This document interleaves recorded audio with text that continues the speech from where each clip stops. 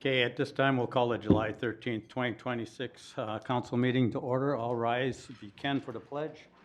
Pledge allegiance to the flag of the United States of America and to the republic for which it stands, one nation, under God, indivisible, with liberty and justice for all. Make a motion to adopt tonight's agenda. Second. I have a motion and a second. All in favor? Aye. Presentations, Booster Day.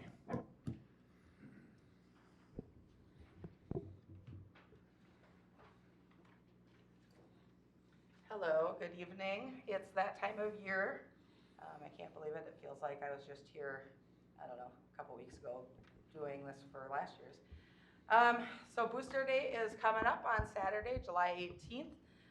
We're looking forward to seeing everyone come out to the park and enjoy a full day of fun. To start off with, I want to thank our sponsors this year.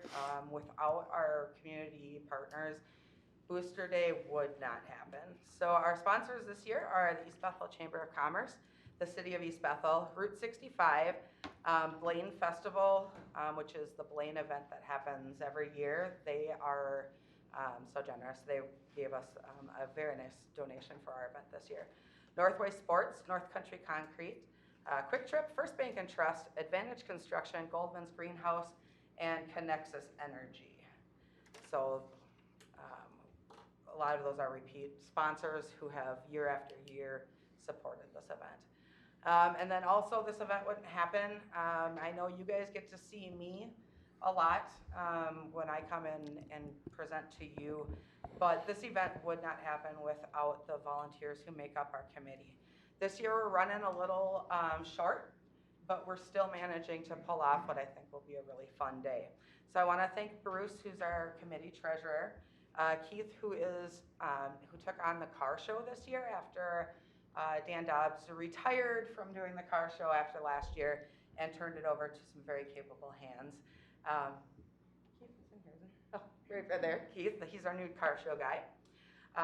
Of course, Carrie Frost, who's a vital part of our team. Brian Mundell as our city council liaison. And then we do have some community volunteers that have stepped up to come help set up some stuff on Saturday. So we totally appreciate those offers. And also, I want to recognize right away, right now, the Cub Scouts. The Cub Scouts pack that sponsors their adopted park is Booster Park West. On Sunday morning, the Cub Scouts, those little guys are in there picking up any trash. They helped dismantle the dance floor last year. So they are hard workers, and we're so proud of them and so thankful that they're willing to have that on their calendar to come help us with cleanup. Additionally, I've already said Carrie Frost, but the city staff as a whole, Public Works, Nate, make sure that we have everything that we need in place logistically to make this work. If anyone is interested, we could use some extra hands the day of with some stuff. You can always just reach out to me. We just have some setup stuff and possibly maybe some setup stuff on Friday. So if anyone's interested, just email coordinator@eastbethelboosterdays.com. So our activities for July 18th, we'll start off with the East Bethel seniors are doing their pancake breakfast from 9 to noon. They all also have a bake sale, and I think they have some vendors lined up over here. The car show registration starts at 9 a.m. and then the show is from 10 a.m. to 1:30 p.m. There is no entry fee, and there will be prizes for the top 5 cars and a People's Choice. The medallion hunt is back, and we do it a little different from other cities. We do it the day of only. So it's starting at 11 a.m. at the City of East Bethel booth in Booster Park West. The first clue will be posted, and each hour a new clue will be posted until it's found. The prize this year is a $150 gift certificate for the Minnesota Zoo. We also are doing something a little different this year. We're doing a coloring contest on site from 11 a.m. to 5:30 p.m.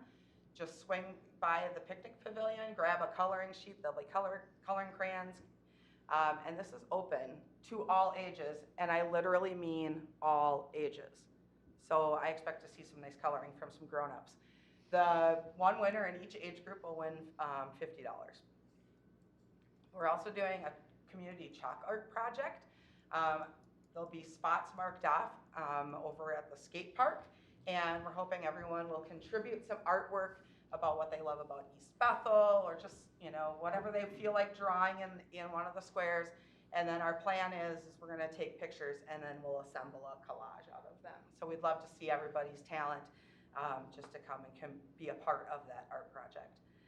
The vendor market is back, including free face painting, generously donated by Destination Church at their booth from 11 to 3.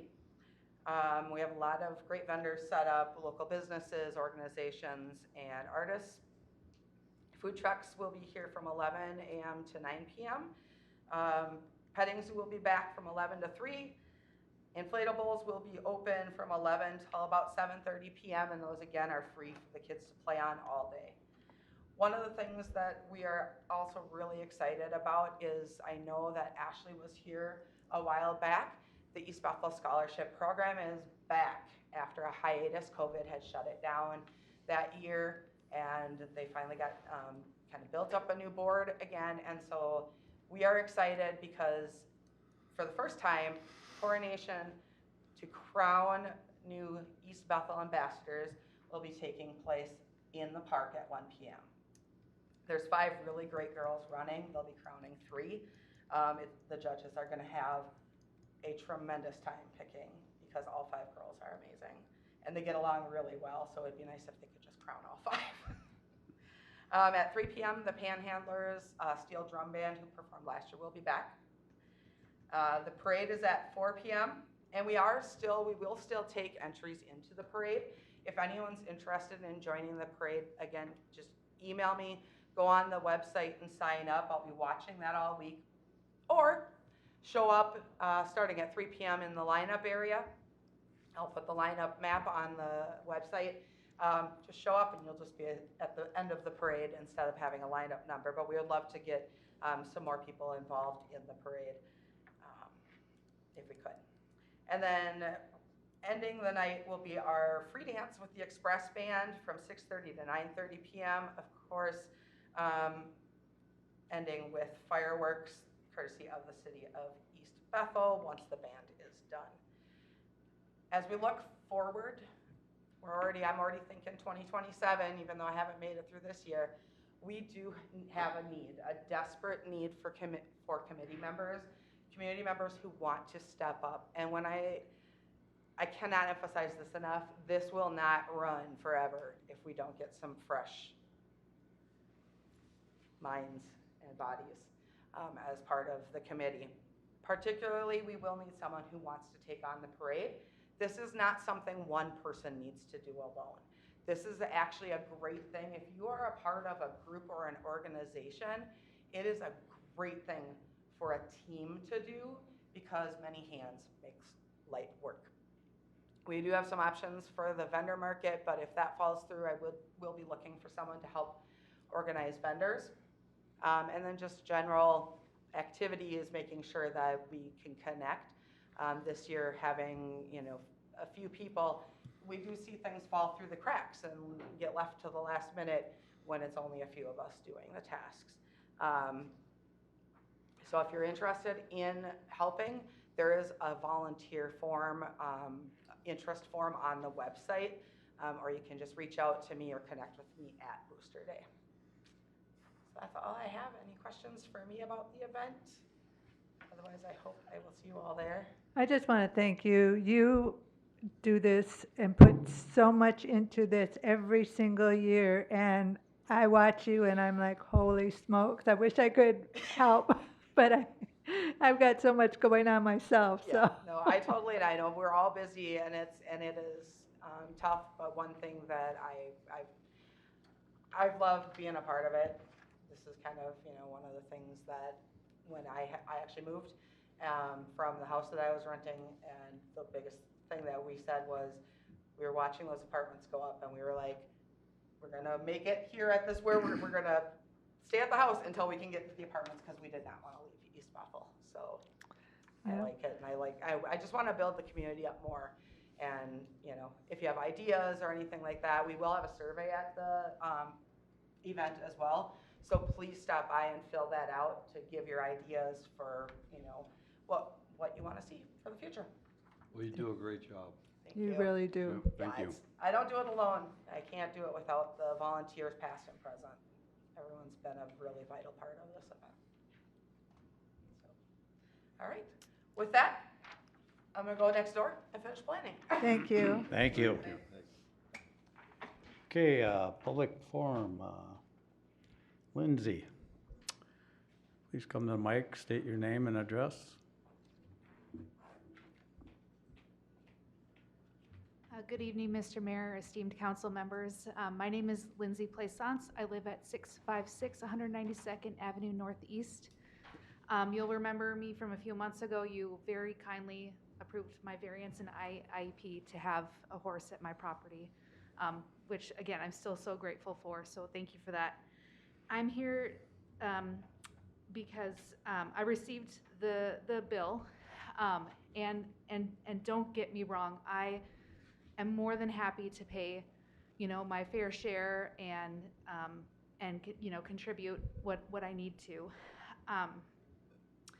I put in deposits of $500 for the variance and the IUP respectively, and of course paid the city fees, which very reasonable. I can't complain.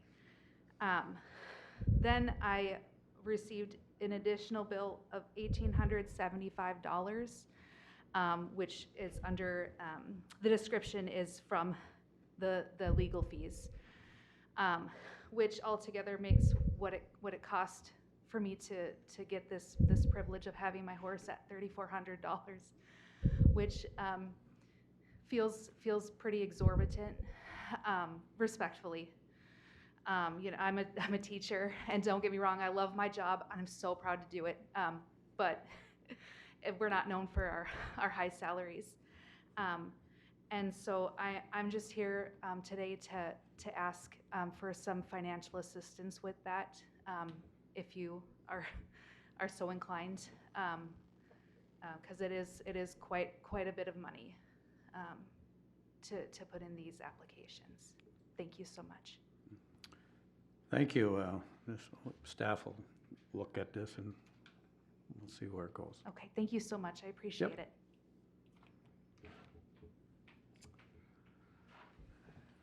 The other one, Mom. Again, state your name and address. My name is Sue Plaisance, 715 192nd Avenue Northeast, East Bethel. I am just here tonight as Lindsay's mom, just to give an idea. It was a 9-month process to get these permits. We were told that the rule was going to change for platted development, so we held off. That person ended up leaving. We were told repetitively by everyone that we dealt with that we wouldn't be able to do anything other than change the law. And the fee at that point was listed at $3,300. Well, from $1,600 now to $3,400 for Lindsay, I wonder what that fee would have gone to. And so we opted not to do it. And the only reason we knew to do something different is because my husband sat both on the Planning Commission and on City Council, and he knew that there was another option that we could ask for variances. But the average person wouldn't possibly know that. I would just like to say, it seems exceptionally high for this fee. You know, Lindsay said she's a teacher, so we've helped her with costs remodeling her basement. We did fees for HVAC, plumbing, whatever else they all had. We did the electrical. The fees for all of that were underneath the fees for what it costs to get one horse. So what I'm here asking is to make this an easier process for people coming up after us.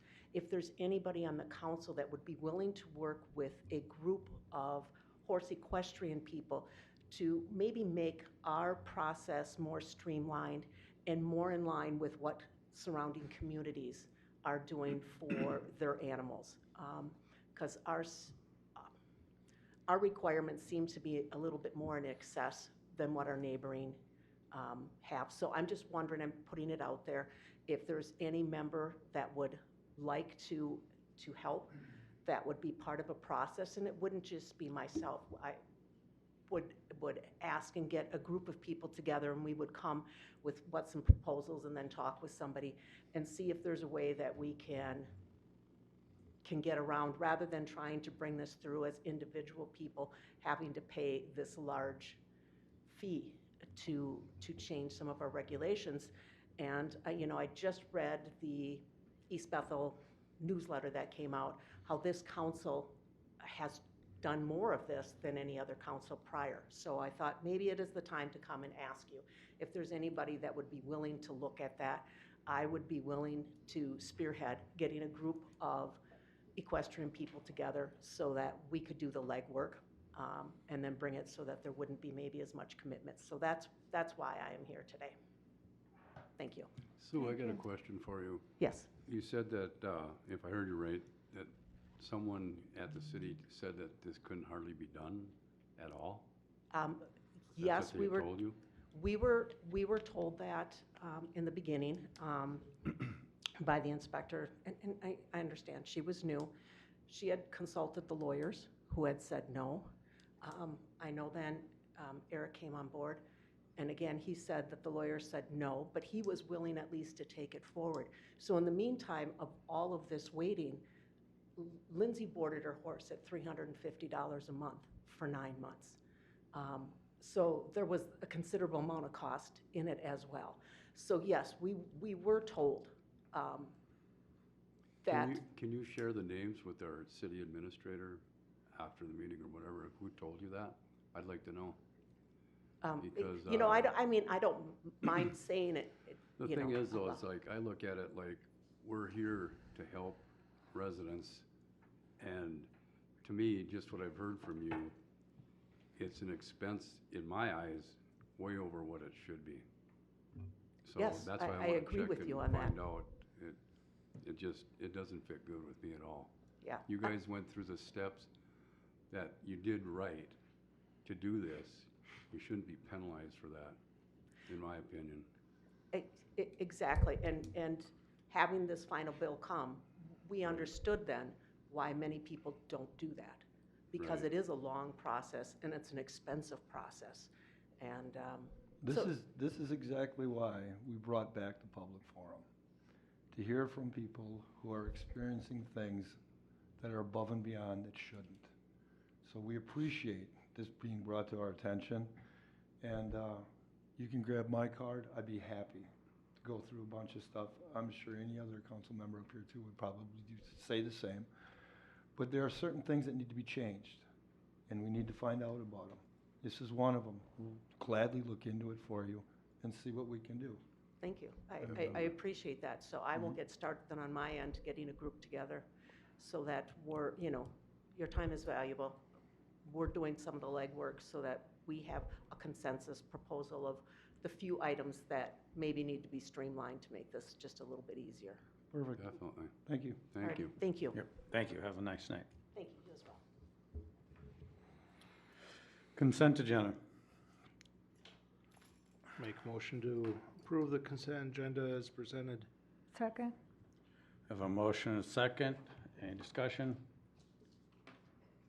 None being heard. All those in favor? Aye. Opposed? None heard. 7A1, conception plan. Could I get the screen from?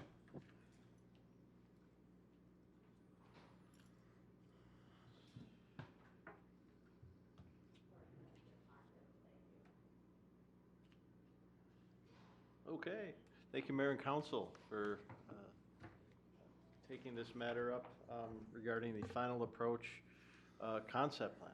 Hopefully my screen doesn't go wonky. Give this another try. So before you tonight is a concept plan submitted by Final Approach Development for approximately 26.5 acres located within the Souder District PUD plat located along Highway 65. There's a general site plan on the screen that kind of shows the site in question, which you're all probably pretty familiar with, just south of the two large apartment buildings, west of 65.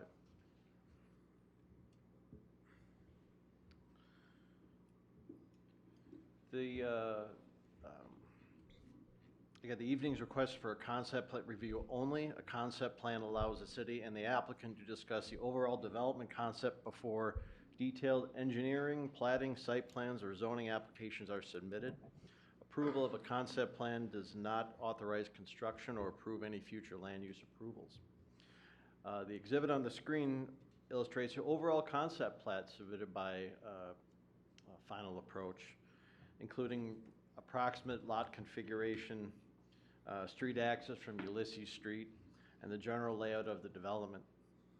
All lot dimensions, engineering, utilities, et cetera, are certainly subject to more detailed review should an application continue. I'm sorry. This shows the conceptual phases of the development, but ultimately the applicant is proposing a multi-tenant business flex development. The architectural elevations as proposed illustrate a modern commercial building with office entrances oriented toward the street and the warehouse or service functions located toward the rear of the building. The overall design represents a contemporary commercial appearance intended to complement the Highway 65 corridor while providing flexible tenant spaces for a variety of employment-oriented businesses.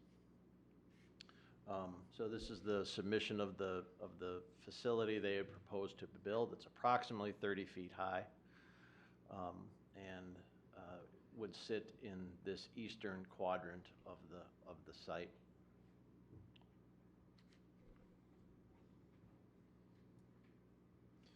This exhibit shows the anticipated phasing of the project. Phase 1 is the structure I had just shown as a commercial employment related flex building, while the remaining portions are shown as future concepts. The exact building locations related to parking, landscaping, stormwater facilities, utilities, et cetera, will all require separate review should those come to pass. This is not part of a general PUD review where they're all known on the front end. The existing zoning of the property is B3 highway commercial. The surrounding zoning includes lots to the east from Highway 65 to the west, and certainly to the north on the east side of Ulysses, but also industrial to the north and west, and the mixed use for the residential structures there. The comprehensive plan, the city and the future land use map is on the screen. The subject property is guided mixed use under the comprehensive plan. The mixed use designation provides a fairly flexible use for commercial, employment driven use, residential, and other compatible urban uses. As part of this review, the Planning Commission concluded that the proposed use by the applicant meets the spirit of what that comp plan seeks. As we think about what's going on over there, this map shows just some how this land is used. Certainly we have the East Bethel Apartments at the property and a proposed senior facility just to the north and east. But in the industrial area, you have a multitude of different kinds of uses: commercial, contracting offices, a trucking facility, a Country Hearth Bread and their operations, designing earth contracting, certainly a movie theater, classic construction. So from a land use compatibility standpoint, your industrial zone isn't, maybe what folks might have envisioned in the past, or certainly not smokestacks, or certainly not a heavy industrial area, but rather a multi-use business, residential, commercial area in that neighborhood.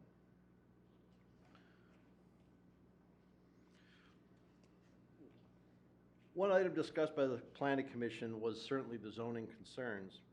The concept certainly appears consistent with the comprehensive plan and its mixed-use guiding.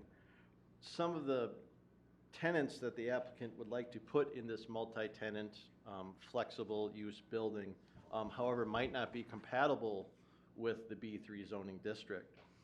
So ultimately, the applicant, if they do decide to move forward, they would need some form of a limited text amendment to allow certain uses within the B3 district, or even a potential rezoning to industrial space.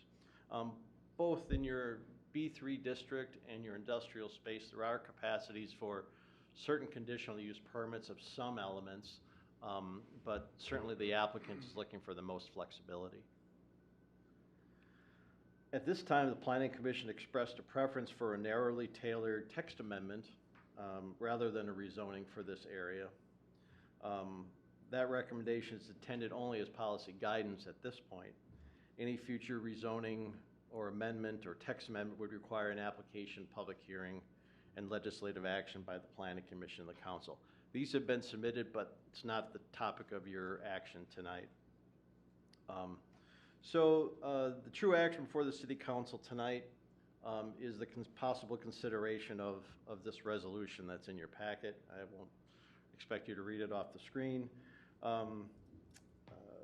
Resolution number 2026-35, which would approve the concept plan, find that the proposal generally appears consistent with the comprehensive plan, is certainly not premature, it's in a developed area, there's utilities approximate to it, and absolutely warrants further consideration. The resolution also expresses the Council's willingness to consider future zoning proposals, such as a text amendment or rezoning, should the applicant elect to finally pursue them through a separate process. Again, they have made those submissions. You do have 1599 timelines to deal with, but you should have adequate capacity for that, as the city should have adequate capacity for that. Just again, the concept plan does not approve any future zoning amendment, rezoning, subdivision, site plan, grading plan, etc. And ultimately, the Planning Commission did make a recommendation to approve this concept plan, and this recommendation prepared by staff carries those recommendations through in general, and that's what you have before you.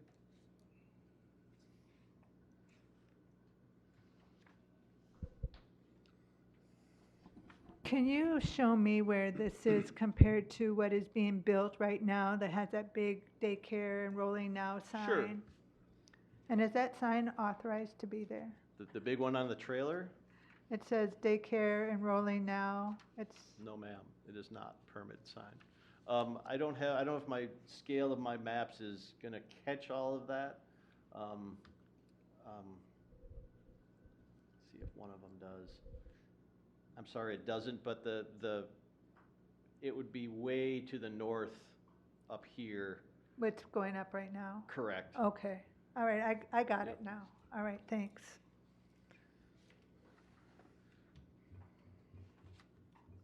Eric, was the planning commission given the Hawkinson-Anderson report? Yes, sir. So they had this Yep. as well? Yep. What, did they say anything about, because when you read this, Hawkinson-Anderson is saying that we should be continuing the road, Ulysses Street, and reconstruct it and turn it into a T intersection. Right, so that's a good point that was raised by the city engineer. So as this concept plan gets morphed into a true development application, the city will require that to be fully contemplated with how those streets work, exactly how they're laid out, plus where should the utilities in terms of their main and trunks be extended to. So that's forthcoming. Staff does have a meeting tomorrow with the applicant, and they were given a long list of needs to complete the application, but I would argue none of them are unique. Because my question is too with that is, if we have to do this, the city's not responsible for paying for this, is they? for the road itself. Right. For the extension of I mean, I would have to fall back to what the city's policy has been. So I apologize if I don't have that right. My understanding is that the city has expected that to be the cost of the applicant. So, if I can find one attachment here.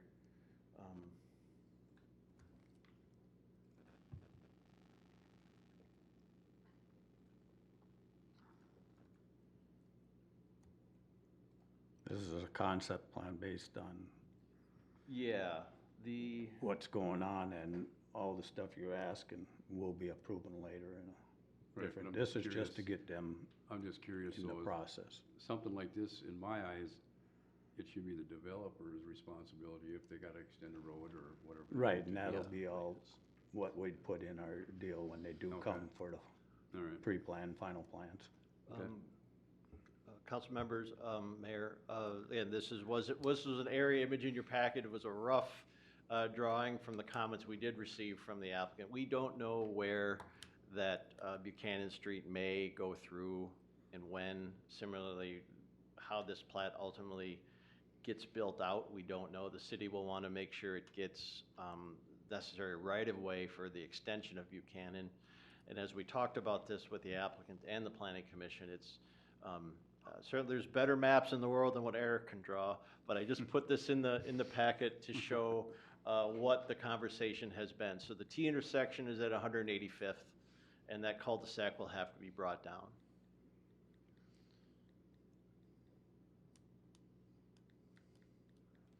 That's all I got.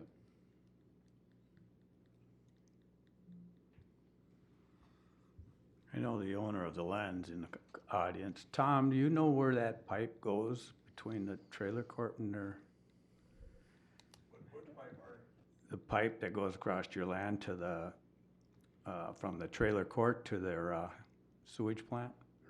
I do not know that question. I think it's on the trailer park's land, not in mine. I think they got across that little corner there. It might, but I really have no clue. Nate, did you ever find anything? We found the map for you. Okay. Well, I'll make a motion to approve resolution number PC 26-07, approval of the concept plan with guidance regarding future zoning considerations. Actually, sorry, it would be resolution number 2026-35. The one you Okay. noted was for the planning commission. 2026-35. Second. Okay, we got a motion, second. Any further discussion? None being heard. All those in favor? Aye. Opposed? None heard. Passes. All right. Staff report. Mr. Mayor and Council, 3 items to note this evening. The first is that any resident that's interested in seeing how the ballot counters work, the public accuracy test is on Thursday, 7/16 at 9 a.m. So if folks want to see how that works, if they're concerned about that, if there's groups out there that want to see that, I know we've had some speak here, then this is their opportunity. Again, that is 7/16, the 16th at 9 a.m. On Thursday for the public accuracy test. Tomorrow, as I think everyone in this room is probably aware, is the first day of filing. That is going to be on the 14th. That will run through the 28th. You have between 8 a.m. and 4 p.m. Monday through Friday to come in and file for office. If you would like to do that, it's a $5 filing fee, non-refundable. Candidates must be at least 21 years of age upon assuming office, a resident of the district for at least 30 days before the general election. They need to be eligible to vote and not filed for any other office at the upcoming general election. There is a mayor for 2-year term and 2 council members for 4-year term that will be on the ballot this year. And then I will just note this as well, that if you get home and you talk to your spouse and they say, "What did you do?" There is a withdrawal period that you need to withdraw by July 30th by 5 p.m. Otherwise, your name will definitely be on the ballot. So just want to make folks aware of that, and we're stepping into it. It's candidate campaign season, and we'll be seeing signs up in not too long a distance time here. Just again, a reminder, on July 18th is the Booster Day festival that we have in the park here, and just want to say that we had a huge investment in the weather. It's going to be a clear day so far. That's what they're predicting. But it's going to be by 3 p.m. it gets a little warmer. So be sure to come and stay hydrated, find some shade, and definitely enjoy the day here. I think it'll be a great time, as it always is. So no further things to report on unless you have any questions. Council reports. I just want to say thank you to Eric and Matt, Suzanne, myself, and the contractors that we helped Nicole and Curtis Lindbergh get their septic system and stuff in. That's all in over on Coon Lake. Oh, good. There was a lot of work to do that, but we all made it work. So I just want to thank everybody involved. That was great. Thank council too for approving that as well for the variances. Thank you. That's it. I'm going to talk a little bit about the seniors. Our next meeting is this Thursday at 10:30. We always have special speakers, so that help with great advice for life. I think this one's speaking on dementia, and he's an author. And of course, the breakfast is a big fundraiser for them. So please come on out and have breakfast. Buy homemade baked goods. Donate homemade baked goods if you like to bake. And we are still taking flea market type vendors and retail type vendors. I do want to ask about the flock that's on 65 and Viking. I am just wondering, do we have to keep it? I mean, can we tell the county we don't want it? And I'm going to tell you, we don't want them on any city streets, that's for sure. Mr. Mayor and Council, yeah, this has been a concern that a lot of folks have brought up. This is a decision that the county sheriff made, and we do not have control over that. At that intersection, we would on city streets, but unfortunately, there's been some negative feedback on some of these cameras. They're making some mistakes, and like any new technology, I think there's some bugs to iron out. It goes beyond that, obviously, with people saying that they're being spied on or whatever their approach is with that. What I will say is that cameras are not new. They've had cameras for years catching, traffic and stuff like that. So, at any rate, it seems to be the latest concern, and I would, if you have concern with it, I would voice your concern to the sheriff. And the more, I think, comments he gets on that, he'll be able to consider what the direction of that will be. Okay, will do. And my last comment has to do with the election. I am wondering why this city has a mayor that has to be elected every 2 years and not 4 years, and what we would have to do to change it to 4 years. Not that I'm ever going to run, because this is probably my last time up here, but it just seems kind of, they're just like a council member up here, they're whatever kind of mayor you call it, but I think it should be 4 years, and I'm sure whoever's ran for mayor agrees, because every 2 years is crazy. Yeah, so, Mr. Mayor and Council, we don't have a strong mayor set up here. We have they call it a weak mayor, but essentially it's the same power as the council members, same vote, just runs the meetings. And I would assume that the bylaws establish the 2-year and 4-year for council. That's not to say they can't be changed, but there would be a process to follow. And if you would like us to, kind of look into that and figure out what the requirements would be, I think it has to be voted on, probably not this year, but if, there would be a process that have to be followed for that. Okay, thank you. I just wanted to bring up one thing. In the news, seems like every week there's a new city protesting about a data center coming into their town. Citizens are opposed to them. Nobody's happy. There's so-called lack of transparency on when a corporation first comes in to a city to start negotiations, that they don't have to disclose, et cetera, et cetera, et cetera, with all this. I don't believe East Bethel is in any concern of having a data center come to East Bethel with, well, my knowledge of the infrastructure and what a data center would take, but it's easier to have something in our ordinances before would be approached that would possibly not allow it, or have rules about that, rather than being approached and having nothing in our ordinance. So would there be something in our ordinance that we could factor in?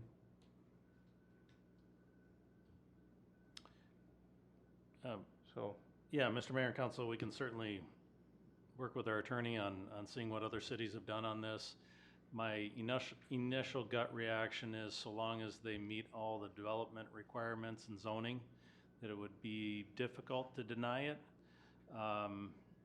But if there's a CUP or an IUP, obviously, then you have control over that. Yeah, I think there's power grid issues, there's water issues, there's a lot of issues that, Yep. That they rely on to operate. I know that everyone goes to ChatGPT and, wants to design something quickly or get an answer. Well, that's all kind of being driven through these data centers, that are providing that. So it's a little bit of we want this, but we don't want that, or not in my backyard, or however that works. But we can certainly discuss it with the attorney and figure out if there's some guardrails we can put around it. Certainly, for full disclosure, we've not gotten any calls yet on anyone interested in that.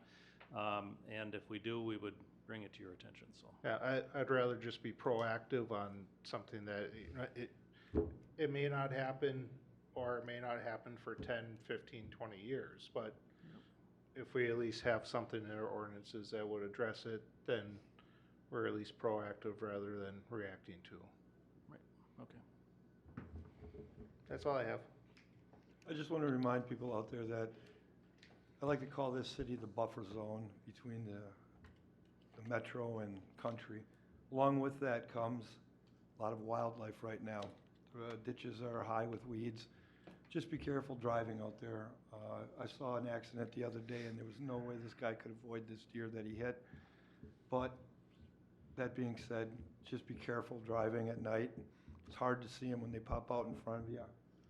And we have a lot of deer up here, so keep that in mind. No kidding. All right, I'll just touch base on something Suzanne said on the mayor for 4 years. I mean, I would agree with her, with whoever runs for it, because the first year is basically just a learning process. You're just getting hands-on. And the second year, I mean, you're getting more comfortable each meeting. I mean, it doesn't make sense to have just a 2-year mayor every 2 years, because you're really not benefiting from one individual there for 2 years. Right. So that's all I got. And I'll entertain a motion to adjourn.